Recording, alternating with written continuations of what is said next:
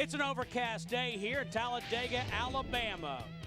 Race number 7 in the chase for the 2009 NASCAR Sprint Cup on one of NASCAR's most notorious racetracks. You see the cars rolling out for what is the beginning of a 90-minute practice here on a Friday afternoon. When we were here back on April 26th, this track lived up to its reputation. Brad Keselowski in the 09, Carl Edwards in the 99. Edwards gets airborne, putting Ryan Newman into the wall and Edwards into the fence. Keselowski went on to record his first NASCAR Sprint Cup victory on the sprawling 2.66-mile Superspeedway.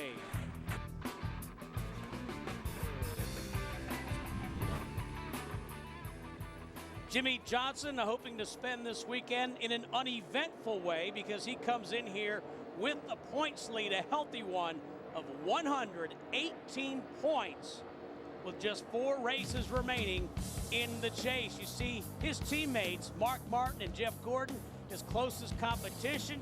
Tony Stewart, Juan Pablo Montoya, and Kurt Busch, all more than 1 race behind Jimmie Johnson. That's why they are slowly turning to red. Hi, everybody. Glad you're with us. Steve Burns, Larry McReynolds, and Jeff Hammond. And, you know, Larry, if Jimmie Johnson can get through this race unscathed, he finished 30th here back in April, that trophy, he is well on his way to winning that trophy as the 2009 Sprint Cup champion. But there's more than that story happening here at Talladega. Well, and we always see it about this time because, as you saw with the graphic there, we really only have 3 to 6 guys that are in contention for this championship. We've got 4 races to go. With the way the NASCAR testing policy falls out, you're not going to fix problems for 2010 waiting to the end of 2009 season. And in that garage area this weekend and this week, and even spinning ahead to Texas next week, a lot of changes going on. Richard Childress Racing, he's made some more crew chief changes. Todd Berry is going to be with Jeff Burton. Doug Randolph comes up from the Nationwide Series with Casey Mears. Scott Miller, who was the crew chief of the 31, he's now the competition director. When you look at Kyle Busch, the 18 team, not happening this week, it will happen at Texas, but announced that Dave Rogers is coming up from the Nationwide Series to work with Kyle in the 18 car, replacing Steve Addington for the final 3 races. And then in the Roush Fenway camp, there's Steve Addington there. He's calling the shots for that group this week. In the Roush Fenway camp, 2 teams that are not even in the chase. The 17 of Matt Kenseth, the 6 of David Reagan, running the F9 Ford engine package for the very first time. And then here's a unique one. We know that Richard Petty Motorsports, they've made the announcement that they're going to Fords with a possible merger with Yates for 2010. Elliott Sadler, the 19 team Wally Rogers, they have a Ford that they are going to race here. They're going back to Dodges for the final 3 races, but a Ford here. So a lot happening in the garage area in a lot of ways. Jeff, it was also announced today that Lance McGrew is no longer the interim crew chief for Dale Earnhardt Jr. He has been given that position full-time moving forward into 2010. And for a guy like our buddy Elliott Sadler, you say this weekend is a weekend of opportunity. I really believe so. I mean, everybody wants to kind of like talk about what Talladega brings as far as, yeah, we always talk about the big and the fact that, you know, anything can happen. What I'm looking at as far as anything can happen in its 40-year history is the fact that we've had 10 first-time winners. And some of them, when you think about guys like Dick Brooks, Lenny Pond, and even like, you know, Brian Vickers, I mean, Brad Keselowski, you know, they've only won 1 race, and it was here because of the opportunity this place gives you. And I think this weekend, Steve, because of the fact that Jimmie Johnson, Jeff Gordon, several of these guys that are involved in the chase have got to kind of safety up, make sure they don't get themselves in trouble during the race. It even opens the door more for guys, I think, like Sam Hornish, Marcus Ambrose, A.J. Allmendinger, to name a few, to get that first win here at Talladega this weekend. A great opportunity for these young guys to kind of step up and say, hey, I can run with you if you just give me a chance. Well, boys are already nose to tail, side by side, and to add to the fun, oh, it's Halloween weekend. Oh, me, somebody didn't tell me that's the case. Is the moon full, too? It might as well be. Golly. Let's go to the garage and Wendy Venturini. And let me guess, you guys are wearing costumes for a special trackside edition this weekend. Good guess. No, Yes, Larry's coming of as course. himself. Well, some tricks in the garage area already early this afternoon. It has to do with the 42 Juan Pablo Montoya. You will see the 42 still in the garage area this morning. Now, this is something we usually see from Jimmy Johnson, crew chief Chackenhouse, and the 48 bunch. However, the 42 and crew chief Brian Patty made the call to sit out the first 10 minutes of this first practice session. They usually head out on the racetrack, but here at Talladega, they wanted things to settle down. So unlike the 48 pulling this move in the garage today, it's the 42 of Juan Pablo Montoya, and Jimmy Johnson is already out on the racetrack early this practice. Bob?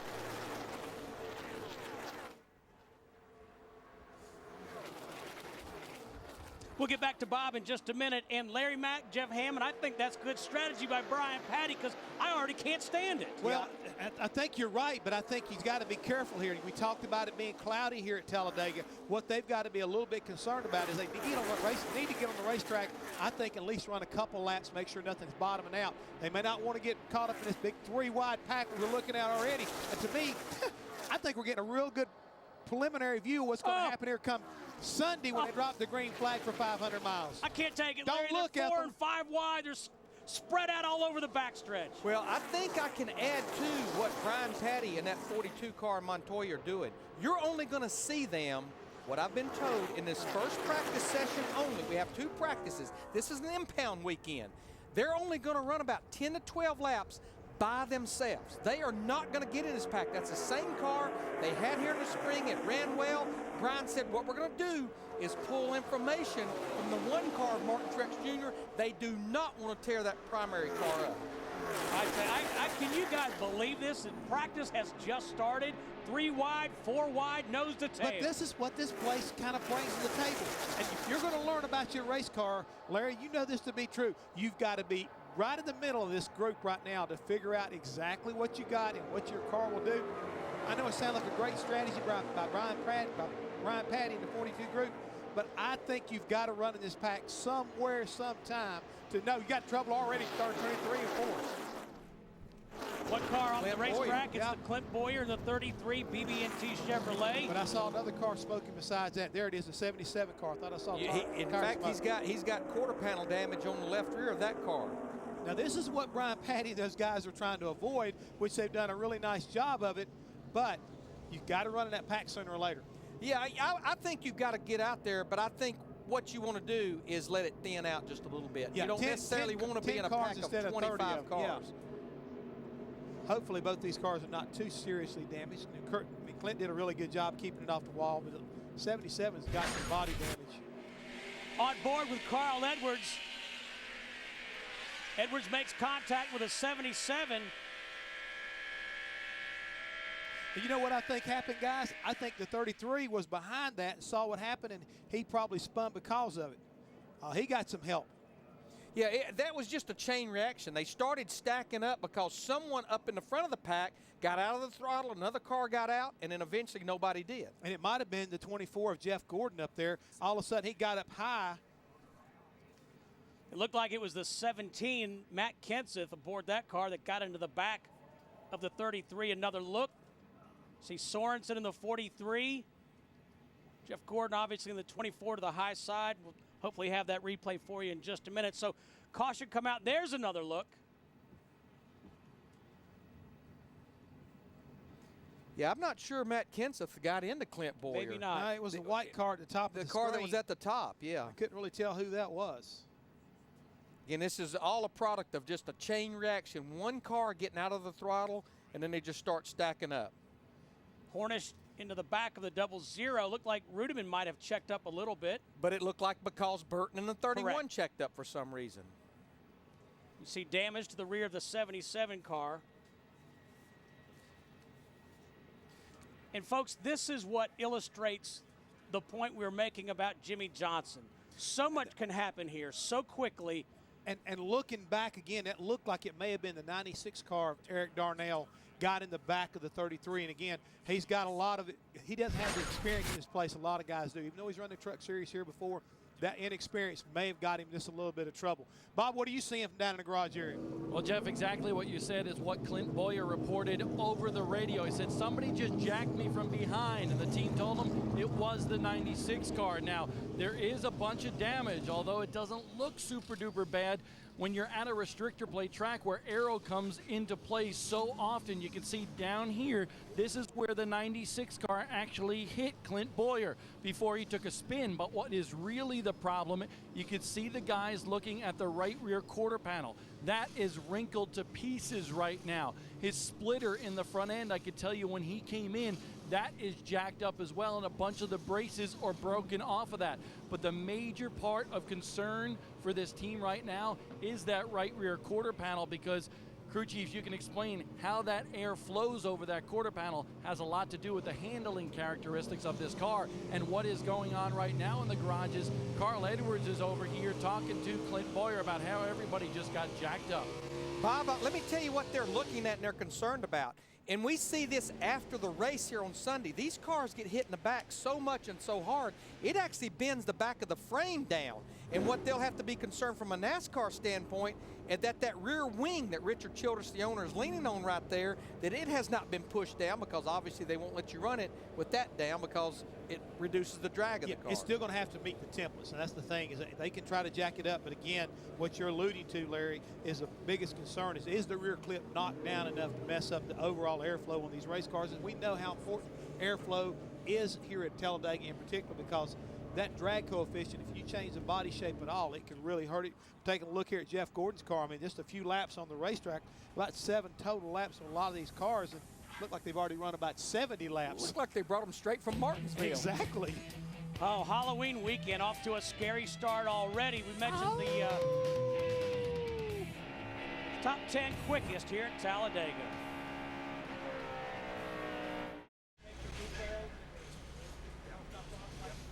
Back at Talladega, we're under caution. 7 minutes and 20 seconds into this 90-minute practice. Caution comes out for contact. You see Clint Boyer. Richard Childress has also been around that race car surveying the damage. Take another look, looking down the backstretch. Kevin Harvick coming at you. Jeff Gordon gets out of line. And they just started stacking up from there, and there you can see that documents what Jeff was talking about. That white car, Eric Darnell, gets in the back of Clint Boyer. But like you were saying, if you look at what the 24 car happened to him, it looked like he jumped out of line. 88 may have hit his car, and it looked like the 5. And now, like we say, the domino effect really went all the way back through the entire field until we finally got to the 33. And Wendy, do you know more about what happened maybe with the 24? Yeah, that's exactly what happened. The 24 popped out of line. According to Mark Martin's radio communication, he said, I don't know why Gordon slowed up, but Gordon popped out of line. And then between Jeff Gordon slowing down, Mark Martin got into the 88 of Dale Earnhardt Jr. faster and harder than he wanted his car to get into. He said, I put my car in a bad position right there.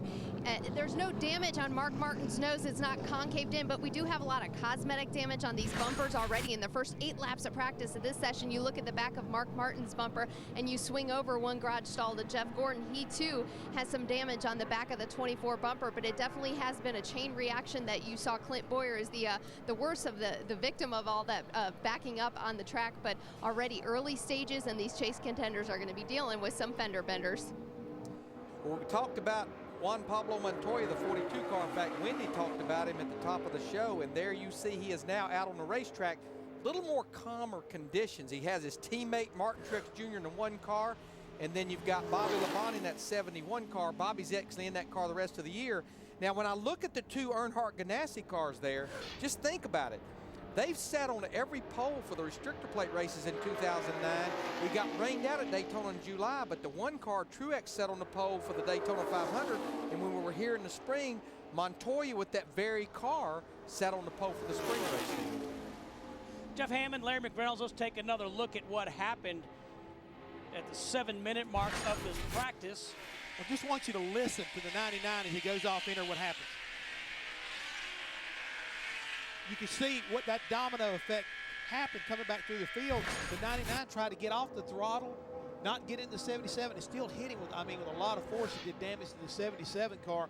And again, the way it went all the way back is it happens because one guy makes a move that everybody else is not ready for. And I'm not blaming Jeff Gordon. I'm just saying that kind of looks to me like what started at the front of the pack. Well, just think about it. That car, those cars are running 200 miles an hour, and a car comes completely out of the throttle. That's a lot of force you're hitting the back of that car with.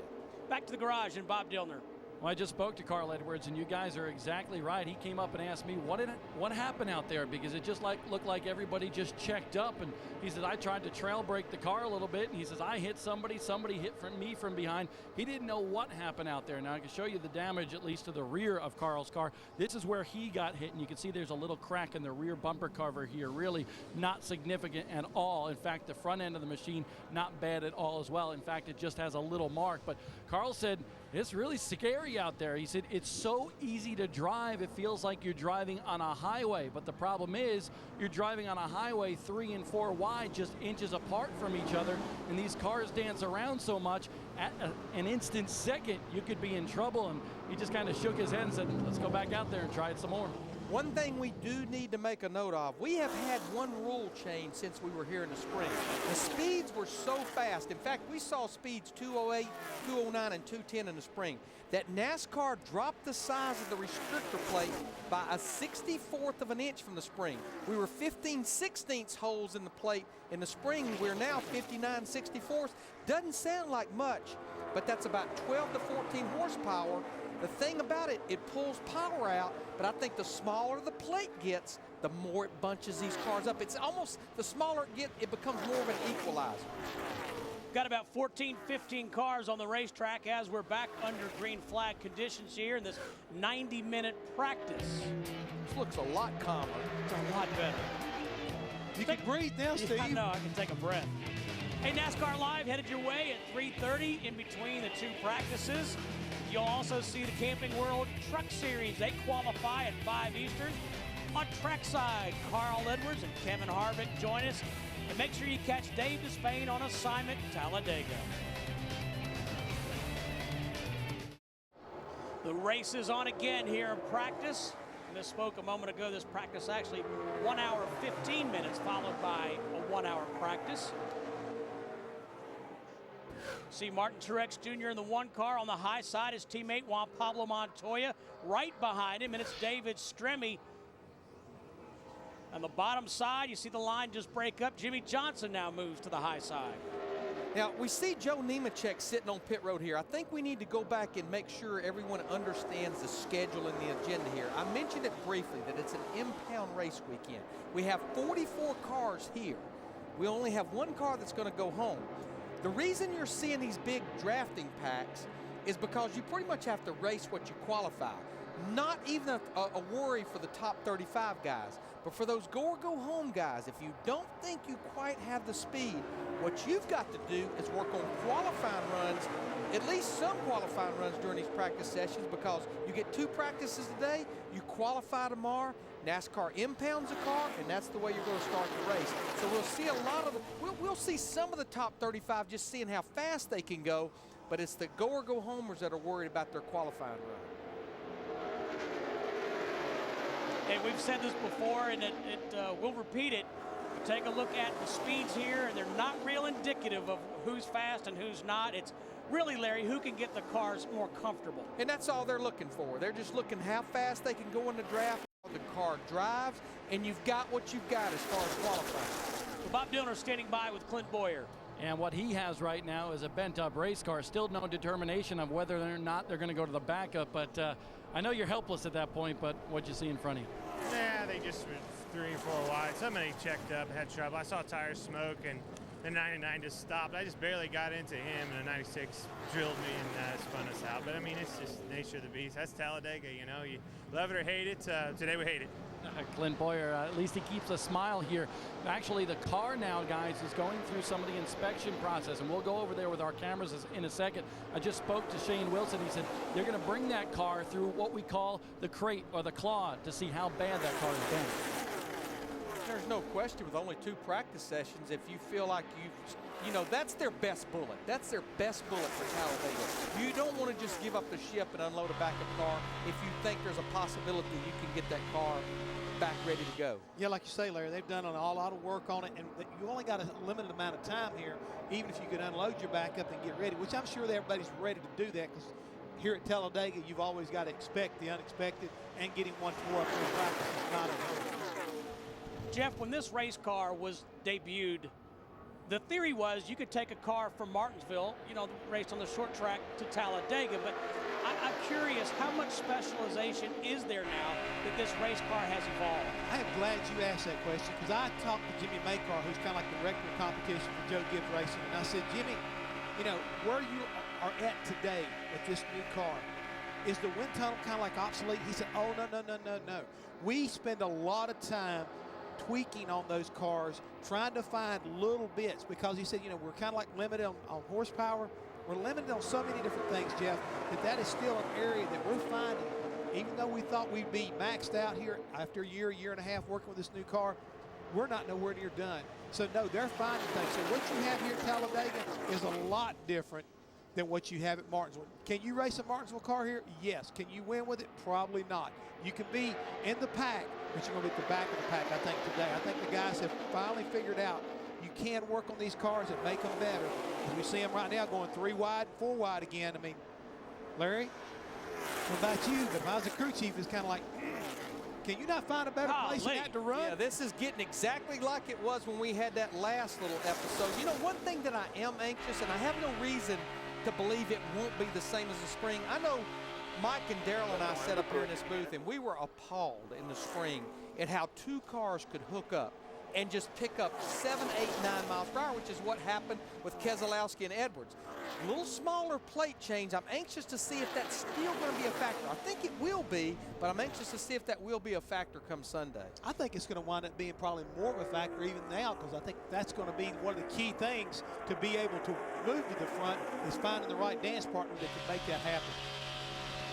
On board with Jimmy Johnson, drafting his teammate Mark Martin in that 5 car. Stay with us. Lots of excitement here at Talladega, side by side and nose to tail. Mark Martin, not a big fan of restrictor plate racing, nonetheless a 2-time winner here. The 2.66 mile Talladega Superspeedway. Back to the garage in Wendy. Thanks, Steve. More light has been shed on the situation that happened in the early laps of this practice session. We saw Jeff Gordon pop out of line right there. Well, Mark Martin, who can communicate with any of his Hendrick teammates, got on the radio onto Jeff Gordon's frequency to ask him what exactly happened there. Mark Martin was concerned that they were pushing each other a little bit too hard. Mark got into the back of the 88, who was following the 24. Jeff Gordon's answer to that, he was just surprised how much the back of the car moved when Dale Earnhardt Jr. got behind him, which caused him to fishtail. We heard Mark Martin describe that fishtailing in his race car right now, and he also told Jeff Gordon, hey, I'm not sure if these cars are supposed to drive like this. I only ran 5 laps in the spring race before I wrecked, but he said it's swerving like a snake out there. These cars are a handful. And another problem, he said he can't see the cars in front of him with these wings. It's very difficult to see the cars around you. You're using a lot of your spotter at this racetrack. Bob? Wendy, a big group gathered around the 33 car down here. This just came out of the NASCAR tech area where they put that big claw to measure the template points on the bodies of this race car. And I spoke to crew chief Shane Wilson, and he told me they are going to try to fix it. Now, there are 2 big things that he is concerned about here. Number 1, underneath the car, as you crew chiefs actually spoke about just a short time ago, the frame is bent a little bit. But he said that's not the big concern. They'll just take out that portion of the rear clip and they'll put in another one. What they are very concerned about is this right rear quarter panel on the car. They are going to spend a lot of time here trying to fix this during this practice session. I spoke to Shane and I said, are you going to be able to get out there in the next one? He says it's very, very doubtful at this point, but what they want to do is they think this is their best car. They want to make sure it's good for qualifying tomorrow here at Talladega. Well, Bob, this is the car they ran in both the Daytona races, including the Daytona 500, that they finished 4th. The car they had here in the spring was a good race car, but they were caught up in that crash in lap 7. So there's no question that's their best restrictor plate racetrack bullet right there. And Larry, we're sitting there watching the crew look underneath there and trying to figure out what are we going to do. And if they can find a frame straightener, a lot of times some of the teams bring a frame straightener to this place for that one reason. But what they'll try to attempt to do is to jack that frame section back, which will help straighten up the quarter panel, Steve. And what it needs to be done, it's been knocked down. It needs to be jacked up and pushed back at the same time, which should pull that quarter panel back in line and allow them to straighten it out. Because I promise you, it will get knocked back down in the race. Guaranteed. Guys, another thing we need to talk about, remember as you watch this race on Sunday, that yellow line is out of bounds. You cannot advance your position below that yellow line. You got to treat it like a wall It's almost. just like in the NFL. You go out of bounds, it don't count. Oh, and you can't get a penalty down here, though. Yes, you can. You know, just looking at this pack here, I was just watching the UTS car there, David Reagan in the 6. We talked about it at the top of the show. The Ford count, Roush Fenway, Roush Yates deciding to put 2 of the new F9 Ford engines in a couple of those non-chase cars, the 6 car of David Reagan, as well as Matt Kenseth's of the 17. And I know at first I thought debuting that engine at a restrictor plate race. But I think that's good because this place really is not hard on engines. You don't turn near the RPM here that we're going to turn at Texas next week. And I think you're going to see not only these cars, you're going to see them run a lot of laps in practice because these guys are wanting to get time on these engines because that's the way you learn is a lot of time on these new engines. It is, Larry. They've already got 20 laps, 21 laps on that 6 car, for example, of David Reagan's. And he jumped up from about 37th up to 28th. And you know that a lot of times you got to look who you're running with as far as the speed. But my biggest concern was, did they have the horsepower where they really needed it in these engines to be able to be competitive here this weekend? I know that they're using this as a test opportunity for the 17 and the 6 to learn, but still you want to have something to get out there and race good.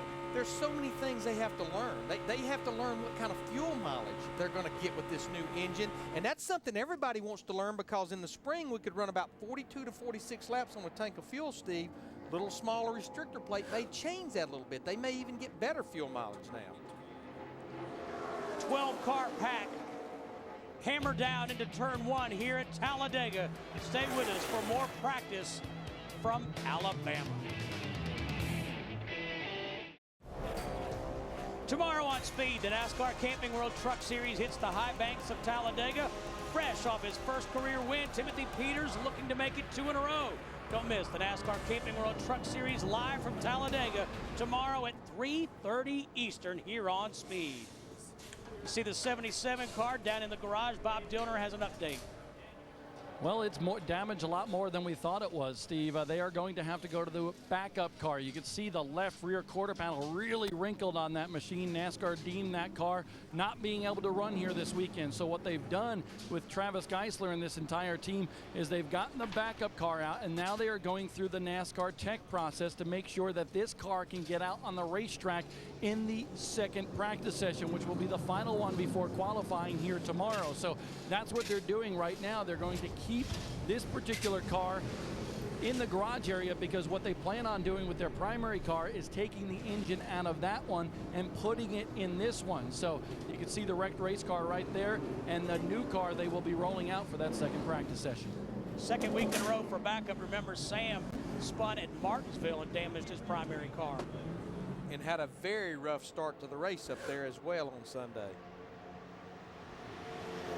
Things have calmed down a little bit for the moment here at Talladega, but we've already seen 3 wide racing. You see Tony Stewart in that Office Depot Chevrolet drop to the bottom with Jamie McMurray.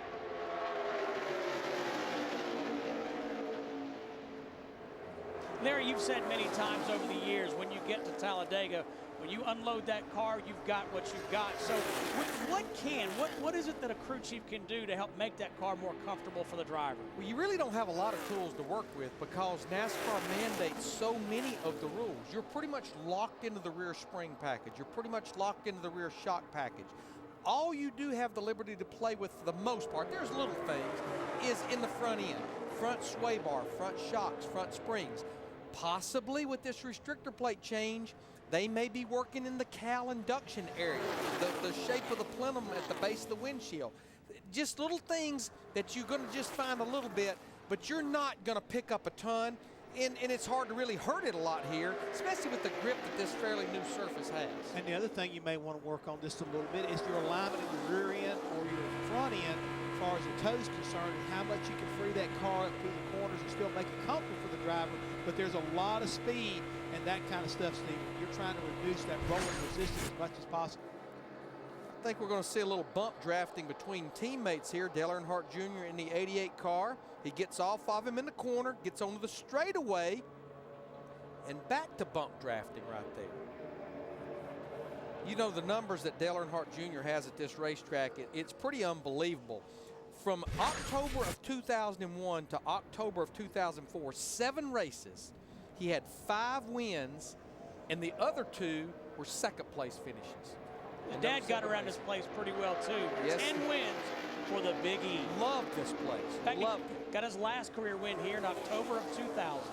But you know, that brings me to an interesting point. Listening to a comment that came out of Mark Martin this week. He says he doesn't normally like this place. But he said this week, coming in here, he's got an attitude that I'm going to have a good run here this weekend. I'm going to beat Talladega.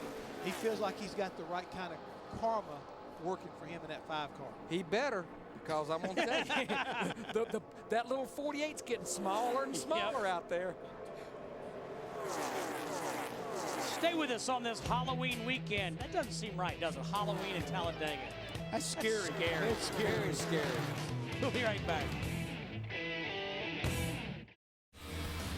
Sunday, NASCAR race day built by the Home Depot is in Talladega, where the championship could literally turn upside down. Jeff Gordon will join us live, plus Wendy Venturini chats with legendary owner Richard Childress. That's 10 Eastern, NASCAR on Speed and NASCAR race day built by the Home Depot. See the wind in the infield gusting to 17 miles per hour. There's a chance of rain here in the area tomorrow. I know what else I see in that infield. A lot of campers for Halloween many weekend. campers. Like a little miniature city out there. Well, here's our favorite trick-or-treater, Wendy Venturini. Oh, well, thank you, guys. Now, Kurt Busch is in the garage area right now. Right there, you see his crew chief, Pat Tryson. Kurt's run 25 laps, which is a little bit more than most right now. He comes out of Martinsville with that 17th place finish, which dropped him to 6th in points. He's now 240 points back. Now, Kurt has been very open about this crew chief change that's going to take place when Pat Tryson leaves at the end of the season. He said if we were far enough out of this chase for the championship, there was a possibility that the new crew chief would step into Pat Tryson's role before the end of the 2009 season. So I pose that question to you guys. What do you think with what's going on at the 2 car and the performance they've had the last couple of weeks? Is this something where Penske can look ahead to 2010 and allow Pat Tryson out of the deal to go ahead over to Michael Waltrip before the season gets over? Well, Wendy, I think that that's a great opportunity for, yes, Roger Penske to get a new guy in there and get started working with Kurt. Again, we talk about they don't have the opportunity to go test. The best way to ever find out what your communication is all about and what's going to happen is into a race configuration. So if things are not close, I think as far as Pat Tryson and the 2, after we leave here, I wouldn't be one bit surprised if they don't go ahead and say, you know, Pat, we appreciate everything you've done. We're going to go a different direction starting at Texas and try to get those final 3 races underneath the belt of the new crew chief. As far as them letting him go straight to Michael Waltrip Racing, well, I'm not too sure. They may not let him do that yet, but I think they're definitely going to put him on the bench and let him watch these races with my home. I thought it was interesting, Jeff. Kurt Busch said we've had resumes and phone calls from young crew chiefs, older crew chiefs, and everything in between, guys you may not even had thought about as crew chiefs, but he's been impressed by the interest. And that's exactly what happened at Michael Waltrip Racing with Pat Tryson. When Pat called, they said, are you serious? You really would be interested in coming over here with Martin Truex Jr.? So that's kind of the same thing happened there. Got a couple of teammates running with each other here. Michael Waltrip in the 55 car and Marcos Ambrose in the 47. Speaking of Michael Waltrip Racing. Yeah, talk about Marcos Ambrose. Just recently, JTG Doherty agreed to re-up with Michael Waltrip Racing for another year of technical support and engines and everything else that goes along with being a teammate, but not really a teammate. Race cars. Yeah. And I don't know why they wouldn't, because when you think about it, I mean, he's essentially a rookie this year. And they're sitting there 17th in points in front of a lot of good race teams. Well, they've had a very solid season here, and I think Marcus will tell you real quick, he's learned a lot, he's matured a lot. And I think the biggest thing, Larry, to me, looking at 2010, can they make that next step? Can they do what David Rudiman did with the 00? I think that's the kind of results that they're looking for here at the 47 car. Be in contention to make it the chase, go to victory lane, sit on some more poles. All those things kind of combined is what they're hoping is going to happen because of that relationship at Michael Waltrip Racing. And don't forget, Michael Waltrip said it himself Monday night on This Week in NASCAR, this may be my last shot at glory right here at Talladega. Well, I was going to just follow up with that, Steve, because, you know, what he's going to do next year, I think, is very unknown. We don't know how many races, we don't know where, and he said in his quotes, this is my best opportunity to win another race in what career I have left. And you know what? We don't pull for people. I would love to see Michael Waltrip win this race on Sunday. Well, I'll tell you this. Michael's a very funny, self-deprecating guy, but I'll be honest. On Mondays, there were about 3 or 4 weeks in a row, I jokingly said he was grouchy, but you can see the pain and disappointment on his face when he comes in that studio on Monday and hasn't run well. Well, and I think also he knows that as far as his career at running full time, that it's only about 4 races away. And you know, we talked about it at the top of the show. We'll go back and kind of revisit some of these stories. It was announced this week that starting at Texas, the 18-car Kyle Busch, that Steve Addington, he's not leaving Joe Gibbs Racing. In fact, he's even going to go down there for the Goodyear tire test at Daytona the first of the week. And I actually think he will probably be working with Wally Brown in the 2 races that David Gilliland will be running the rest of the year. But Dave Rogers will be making the move up from the Nationwide Series to look after this 18 car. And I think this is absolute proof that you're only as good as your current performance, because when you think about that 18 car, they have 12 wins in these 2 seasons. That's second only to that car that he's following that has 13 wins in 2008, 2009. But I think Joe Gibbs, J.D. Gibbs, they have seen that there's something just not clicking there right now. Like we talked at the top of the show, see if you can make it better before this year ends. Well, that's the big point right now. He's got 12 wins. He's not in the chase this year. He was leading the chase last year, and they faltered. I think you've got to be able to win under pressure, and you got to win the big one, as they like to say. You can have a great season, but if you can't get to that championship round, well, you got to evaluate really where you are and what your program needs to fix it. And I think that's what Joe Gibbs did. Again, Steve Addington's done a great job, but there was just a little something missing there in completing this whole program. That's what they're looking for. And Jeff, we see it. You mentioned the NFL. We see it there. I mean, there's already teams making quarterback changes, coordinator changes. So it's, you know, if it's not on track, no pun intended, you've got to make a move. Wasn't that long ago, John Fox and Jake Delhomme took the Panthers to the Super Bowl in Houston. Now both of them look like they may not even be at the Carolina Panthers in 2000. Yeah, just listen to the radio. They're ready to run them out of town. I'm one of them. Oh, come on. Back at Talladega with more practice here on Speed. Stay with us.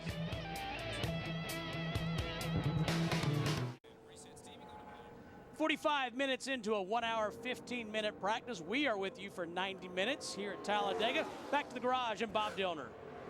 Well, the 83 car, Brian Vickers, is on the racetrack right now, but his crew is hard at work here in the garage area. Brian didn't really get into anything out on the racetrack, but he did do some damage, and they're not sure where it was. It was either pulling out of the garage area and hitting a bump or pulling up on the racetrack. You can see right there, that is a damaged ducting from the bottom of the radiator. In fact, it completely destroyed the ducting right up underneath there, so they are trying to build a new one, but they need to match it to this piece right there exactly to a T, and they don't have a spare. So right now they're doing a little fabrication here in the garage area to replace that ducting up underneath the radiator for Brian Vickers. All right, thank you, Bob. And hey, you know what? You go to Daytona, Talladega, you see a lot of times, Jeff, you see body men that you never see at the racetrack here in the garage. Oh, absolutely, because again, they're looking to be here in case there's a problem with NASCAR templates or if they need to do some work on certain things. You know, it wasn't that long ago in this show, I had to question 2 cars hooked together, how fast could they possibly be? I think I now have the answer. Look at Casey Kane in the 9 being pushed by Denny Hamlin in the 11, and you can see they just drive by the other cars, and those 2 cars right there went to the top of the speed chart in that configuration. They actually just pulled away from that pack. They ran an average of almost 196 miles an hour. Those 2 cars hooked up. That's well over a mile an hour faster than our guy that was the fastest for most of the practice, Paul Menard. And Larry, look at there on the timing and scoring monitor, their times are identical. Had to be, they were hooked together. 195.944, identical speeds.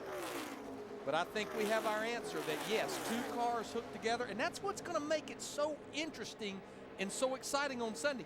Carl Edwards ran 30th or worse most of that race, and he got hooked up with that 09 car of Keselowski, and they came up through there like they had 80 more horsepower than everyone else. That's how they got to the front so fast.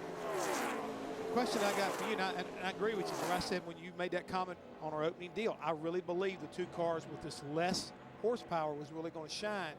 Take a look right there at the 19, the 14 and the 9. Coming back in, getting a little tire temperature. But Larry, right quick, we've seen the cars that are damaged, the 83, the 77, the 33. They've all bumped into one another, and now they're in there making pretty extensive repairs and or going to backup cars. So would you say, we always like to think about these cars are battle tanks. But at this configuration right now, are these cars easier to damage than the old ones or not? I think they're easier to bump, but they might actually be a little easier to damage, because I think what they're doing, one thing we have to remember with this car, it's bumper to bumper max. The front rear bumper are the same height off the ground, where the old car, the front bumper was much lower than the rear bumper. And you jack them up. But I think these guys also make possibly the back of the cars where they are a little forgiving. You don't want it to be solid as a rock. You want your front to be solid, but you don't want your back. You want it to have a little forgiving in, a little forgiving. Wendy, what's going on with Tony Stewart? Well, a little frustration on Tony Stewart and his radio communication to the 14 team with crew chief Darian Grubb, who's just now leaning into that window to talk to driver Tony Stewart. You saw the 9 and the 11 hook up there on the racetrack. The 14 car had run everything that Darian Grubb wanted him to run, but Tony Stewart came back on the radio and said, I want to stay out here and hook up with Ryan. So between Ryan and Tony Stewart, they hooked up in a draft. They tried to battle the 9 and 11 out there in this practice session, and he was frustrated that they were pulling away. He said, what, are they still pulling away from us? So they decided to come in. He's talking to crew chief Darian Grubb right now, but we saw right there in that example with the 9 and the 11 hooking up what two cars can do in this draft, and I will have to add with what you guys are saying, all the cool kids have little bumps on their bumpers here in this practice session. There's paint and decals that have been scraped up all along these chase contender cars. Bob? Well, Wendy, we showed you the bump on the rear end of the 99 machine just a little while ago. Well, there's a lot more damage to that, and they did not catch it right away. In fact, the right rear quarter panel on this car is just a little bit wrinkled, but what they are concerned about is the cross member up underneath the rear end. That is actually caved in just a little bit. So the 99 of Carl Edwards done for this particular practice session. They have the welder out and they have the porter power out to try to fix this thing, but they're going to bring it through the NASCAR Tech area just to see how far off things are pushed after that bump and that big wreck at the beginning of this practice. Well, they'll only have an hour after this practice. It ends here in about 25 minutes before we have what would be final practice, a 1 hour session. Now, Larry, we keep talking about, how things are going here as far as this practice is concerned. I'm going to be interested to see, maybe it doesn't need to be teammates. It needs to be different manufacturers to go faster in the draft.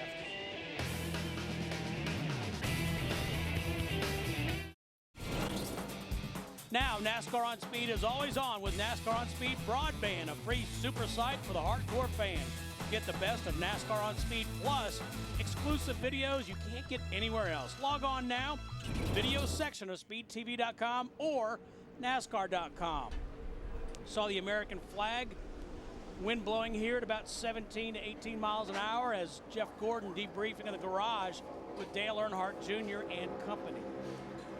Tell you what, you look at Jeff Gordon's numbers here at this place. I mean, it's unbelievable. 33 starts, 6 wins.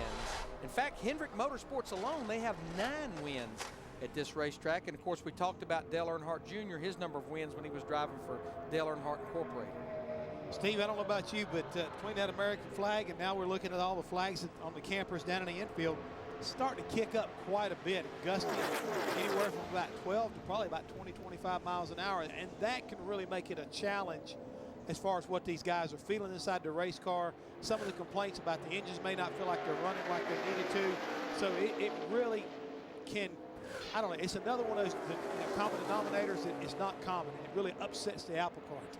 And then what you've got to anticipate, what is it going to be like tomorrow? Because they only get 2 laps tomorrow. They're 2 qualifying laps. But more importantly, what is it going to be like on Sunday? I think it's supposed to be fairly nice on Sunday.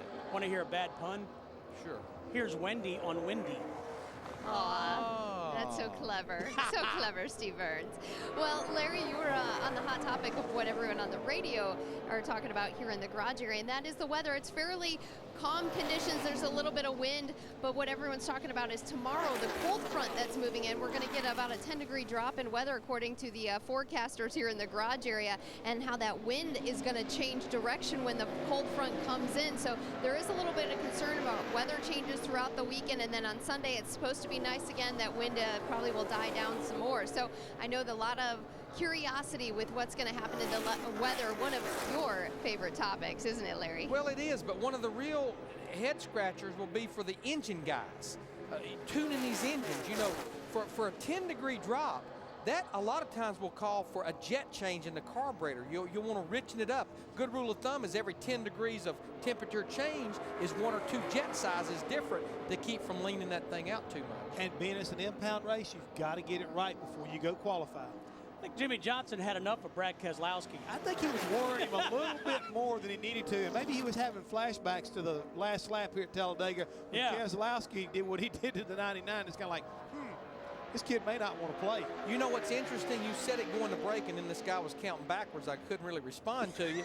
But the fact of 2 different makes, think about it. Brad Keselowski in the spring in a Chevrolet with his teammate, Dale Earnhardt Jr., essentially his teammate, in the 88 on the inside. He was hooked up with that Ford of Carl Edwards. Your teammate here is who can help you the most. Who's their best dance partner? That's the main thing. And I think that's what Tony, if I was Darian Grubb's his crew chief, I'd say, okay, let's go out there and get behind the 9 and see what's happened. Take a look here. This is what the 09 was doing. He's pushing him through the corner, guys, and I'm thinking that Jimmy Johnson's thinking, I'm not really that comfortable like this. Yeah, again, it's one thing to do it on the straightaway. It's another to do it in the corners. That's from Jimmy Johnson's bumper cam. Steve, there's something you could about... drop a piece of paper in between their bumpers. There's something about him driving my car that I don't like from behind. Yeah, and that's exactly what it feels like. He's steering that 48 car around because he's hooked to that back bumper. Wendy. Well, you can hear the frustration on Jimmy Johnson on the radio. I love practice at Talladega. Tempers run a little bit high. Jimmy Johnson was instructed by his crew chief, Chad Knaus, to get out of there, abort the mission. So Jimmy Johnson did exactly that. He hopped out of line, and then Chad Knaus said, wait, are you cruising around out there? So there's a little bit of a communication error with what Chad Knaus wants from Jimmy Johnson. Jimmy Johnson didn't feel secure in that situation in front of Brad Keselowski, but at the same time, they're not able to get the lap times that they're really looking for out there. It's getting dicey in this practice session. Of course, that's not a surprise at Talladega. And on that, it's Halloween. Bob?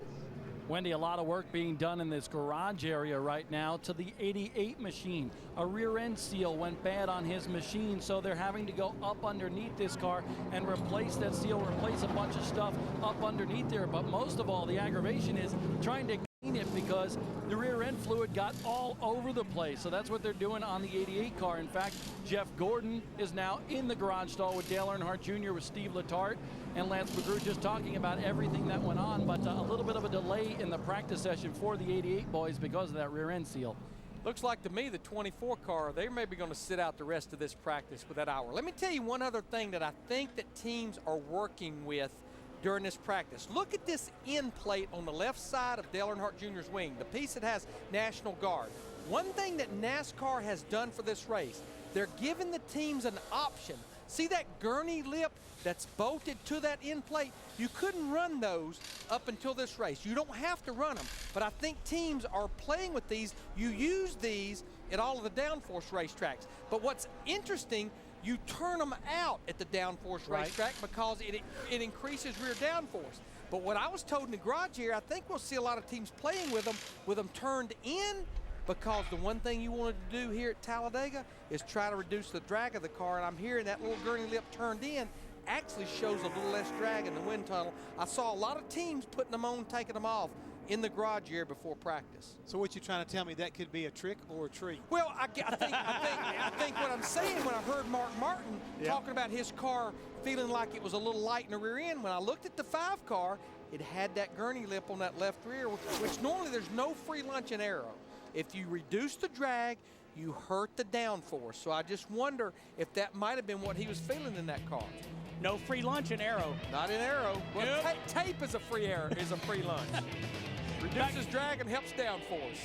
What time is NASCAR performance? Oh, you don't have time to tell me. Rutledge Wood getting ready for Trackside Live later tonight. That's his Halloween costume. He's lost weight. Is that the same place we left him at one time? Was it outside of Dale Jr.'s Don't bus? go there. Don't go there. We'll get in trouble. He's been sitting there long enough, that's what he would look like. Look like. See a little debris on the front end of that 31 car, Jeff Burton. Larry, I was yelling at you. What time is NASCAR Performance? We only have one airing because it's a busy weekend on speed. A lot happening. 12 midnight Eastern time, Saturday night, or would that be Sunday morning? Sunday morning. I guess it starts Saturday night, ends on Sunday That's morning. correct. No, it ends on Saturday night, begins on Sunday. Oh, yeah, don't forget it's daylight savings time, too. Yeah, fall back, right? Fall back in the fall, spring ahead in the spring. Is DW sending more texts? Yeah, but I don't think he's watching the show because he keeps asking questions. I believe he's watching it. I just don't think he has the volume up. Right, turn the volume up, Daryl, because we've already talked about the bumpers. That's different how? See, now you understand what I went through as a crew chief. You said, I already said that. Oh. I said pit next time by. Yeah. Oh. And again, one of the things we talked about at the top of the show, Jeff Burton, that 31 car, working with his new crew chief, Todd Barrier. In fact, Todd Barrier, this is the third Richard Childress car that he has been crew chief for in 2000. Yeah, I asked him earlier today, I said, I guess your closet's getting kind of full with all these different uniforms you're wearing. Have 15 minutes left in this practice, Bob Dillner. Well, Steve Burns, we just heard Wendy Venturini talk about how Jimmy Johnson was complaining about another car on the racetrack. Well, you know what? People are complaining about Jimmy Johnson as well. In fact, one team that is the 18 team for Kyle Busch. The radio conversation went something like this. He basically said to his spotter, Jeff Dickerson, I don't know what the 48's problem is. He's not driving like he normally does. He's trail braking. I can't get a run. He's trying to block people out there. His spotter, Jeff Dickerson, basically said, maybe it's Jared Johnson in the car. Kyle responded by saying he's driving like it. Of course, Jared Johnson is Jimmy Johnson's brother, who actually runs some around the short tracks of America. So Kyle Busch not too happy with the 48 team. It's getting kind of personal, isn't it? No, it's Halloween, guys. All the werewolves are coming out. No, I think Larry had it right earlier. Larry said it's just that time of year. It is. Frustration is setting in a lot of ways.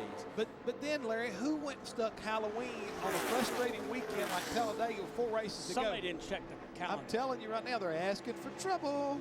You know, a little special edition trackside party tomorrow night, 5:30 Eastern time. 5:30 Central time, 6:30 Eastern. Now, if your fans are out there in the infield and all the way around this racetrack, find the speed stage tomorrow evening right after the truck race, right outside of turn 4, and come dressed to impress. Because I know that Steve and Larry are going to be dressed to impress. We'll be dressed. I don't know about the impress part. Hey, and anybody wants to know, he's not going to wind up being Paul Bear Bryant, okay? He cannot fill those shoes even during Halloween. But I possibly may have a little bit of his apparel. Just okay. Well, you know, back to what Bob was talking about on this trail braking.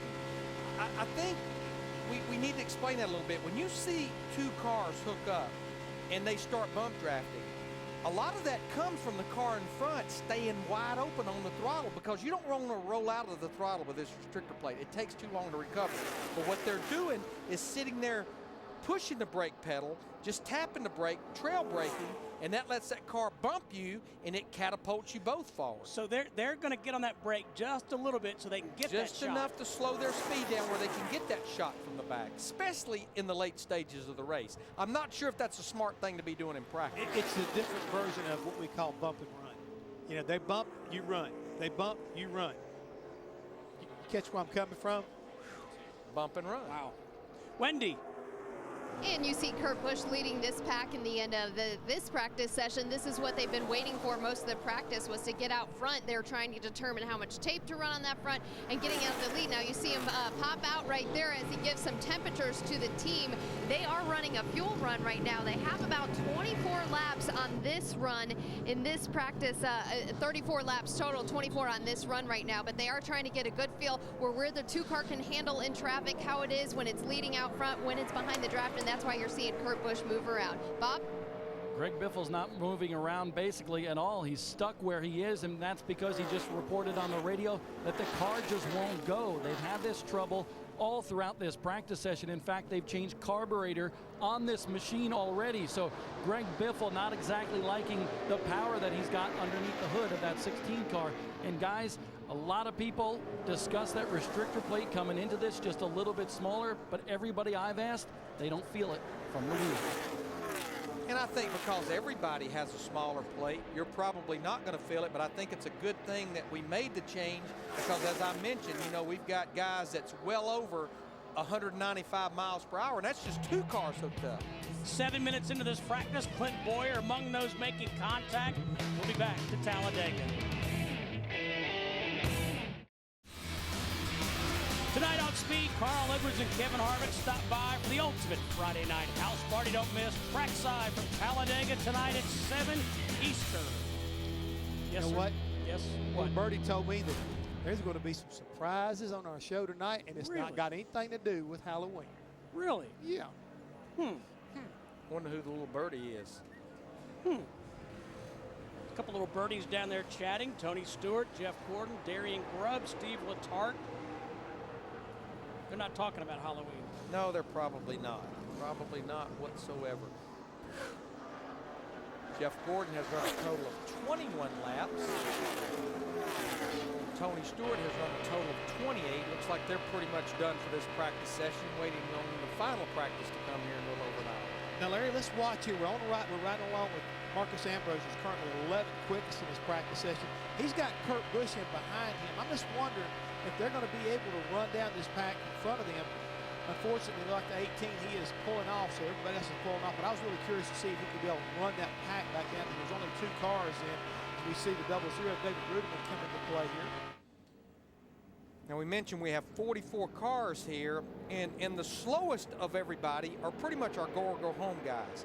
Regan Smith is up there 24th quickest in the 78 car, but I watched Regan in a draft. You're going to run much faster in a draft.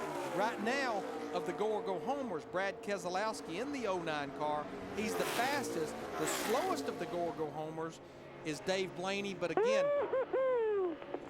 Somebody's having fun. I think that might be Ambrose being pushed by his teammate David Rudiman in that 00 car. Marcus always has fun, though. No matter what, absolutely. But it's one of those weekends where we will not know who's going to sit on this pole until tomorrow. We will have no feel for it whatsoever. Or have any idea who the winner could be. As we said, interesting number, 12 of the last 13 races here, the race winner has led 10 or fewer laps. Now, you look at a guy like Jeff Gordon, he's led 805 laps. And as you said, Larry, he's a 6-time winner. But it could be the guy that wins or leads the last 6 inches. Well, and we've seen that happen before. If we take a look here, even at Dave Blaney, currently he's 44th now. Larry, you talked about it before. I think he's concentrating on making qualifying runs so he can get his car into the race. His car may be tweaked just a little bit different so he can get a little more speed out of it. He may not be quite as comfortable in the draft as he'd like to be, but he's got to get in the race first. Well, I know Jeff experienced it for all the years when he was coming here as a crew chief, because I know I do, and I think it's even more so today with the rules than when we were crew chiefs.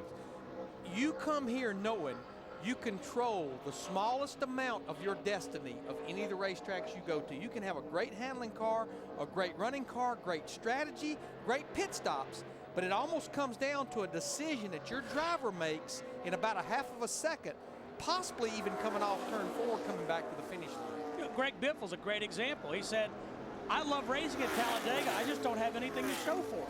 He got his own teammate, Carl Edwards, got into the back of him last year.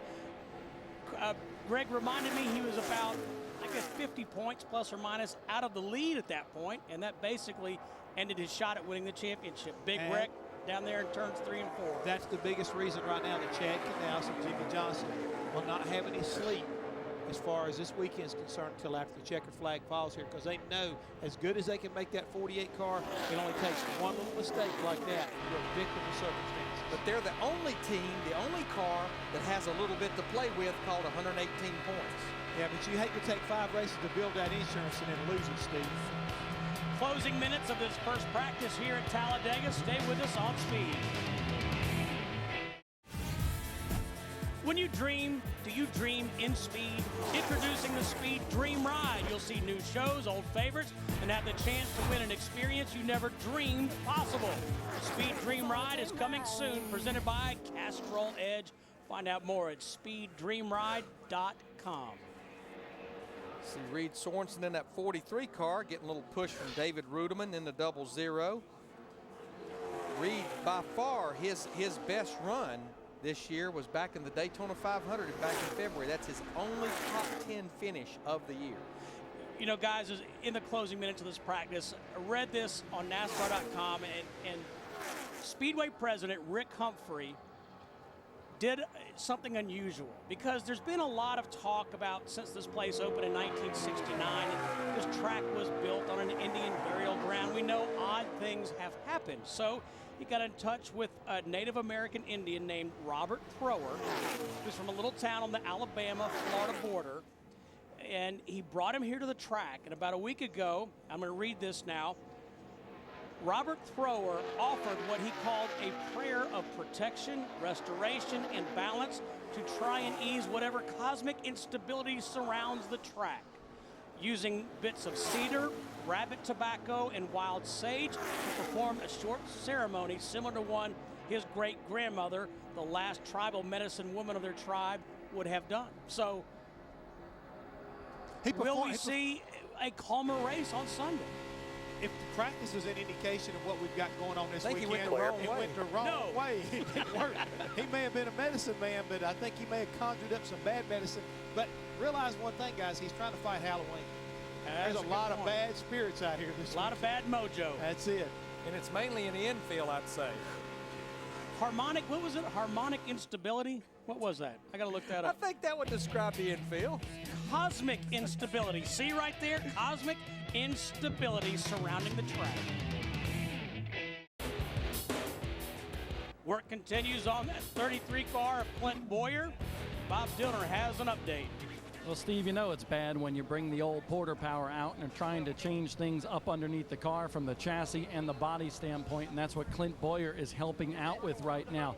This car just came from the template area that NASCAR has here at the racetrack, and it's still on that crate about 1/8 of an inch from where it should be. So it still cannot head out onto the racetrack in the second practice session of the day. So they're bringing the welder in and everything right now to make up that 1/8 of an inch. But Shane Wilson told me it's a lot better than where we started, where we were about 3/4 of an inch off. Hey, Bob, if you'll take a look at what David McKay's working with there, that is a torch, what we commonly know in the garage area. That's the hot wrench. A blue wrench. That's exactly it. I'll warm this thing back up, Steve, and they'll take the jacks and they'll jack it up a little bit. You see Ronnie Hoover there with the level in his hand. He will, be the guy. They'll put a tape measure down to the ground as they jack it up. They'll get a measurement. They'll jack it up probably about 3/16 of an inch higher than what they need, and when it cools back off, hopefully it'll be right where they're looking for. They are determined that they're going to fix this race car. And I think they will, Larry. I really do. I don't think they'd be going through all these troubles if they didn't feel like they could accomplish it and have a product that would be competitive. Well, there's two things with that car sitting right there. It's getting repaired, and it's by far the safest place on the racetrack. Good point. If it's getting repaired, it's not getting torn up.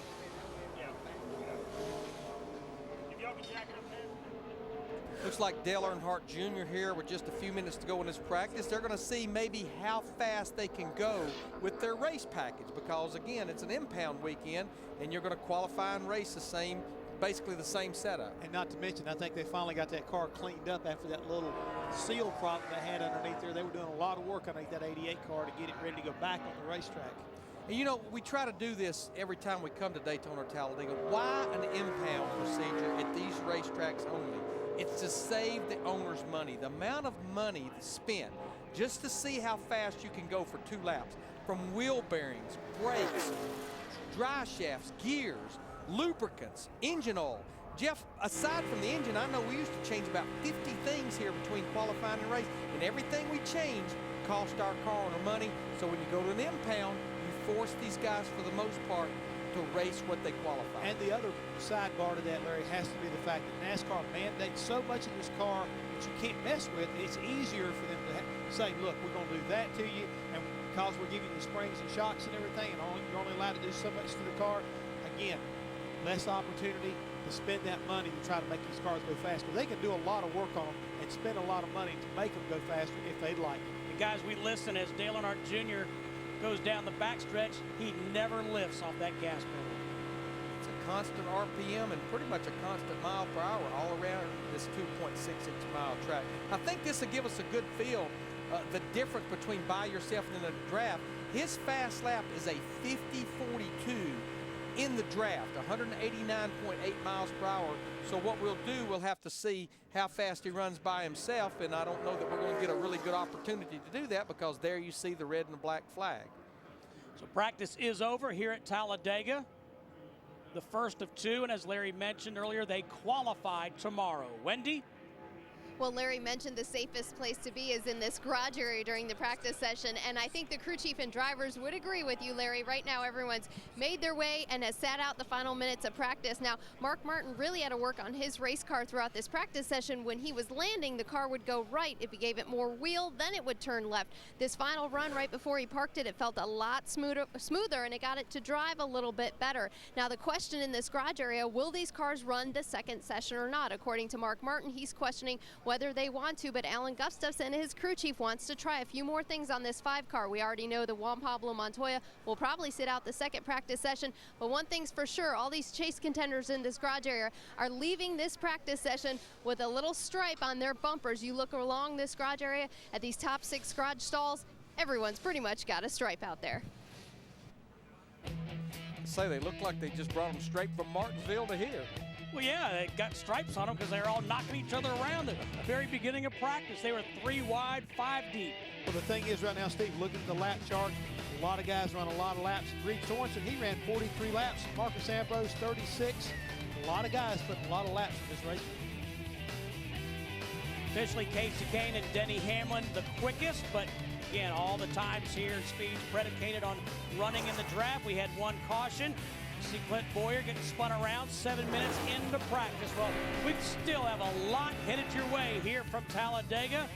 Another practice, qualifying for the Camping World Truck Series, trackside, and a lot more. Coming up, John Roberts will have the latest update as part of NASCAR Live. Don't go anywhere.